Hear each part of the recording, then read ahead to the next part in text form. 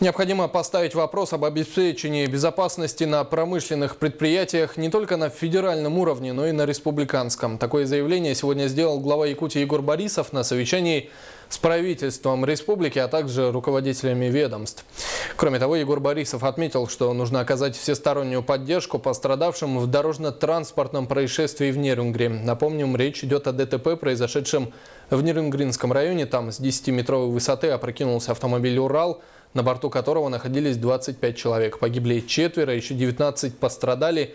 Сейчас ими занимаются медики. Вместе с тем на совещании говорилось о том, что жертвам ДТП и их родственникам окажут и материальную помощь. Это исключительно. Но может появиться такая идея, что каждое транспортное дорожное происшествие будет требовать материальной поддержки со стороны, конечно, это нельзя, конечно, но вот в исключительном порядке здесь, конечно, кажется, что сегодня погибшим, тем более, хотя и поддержку получат, но все равно надо будет со стороны государства показать. Это в пределах возможного.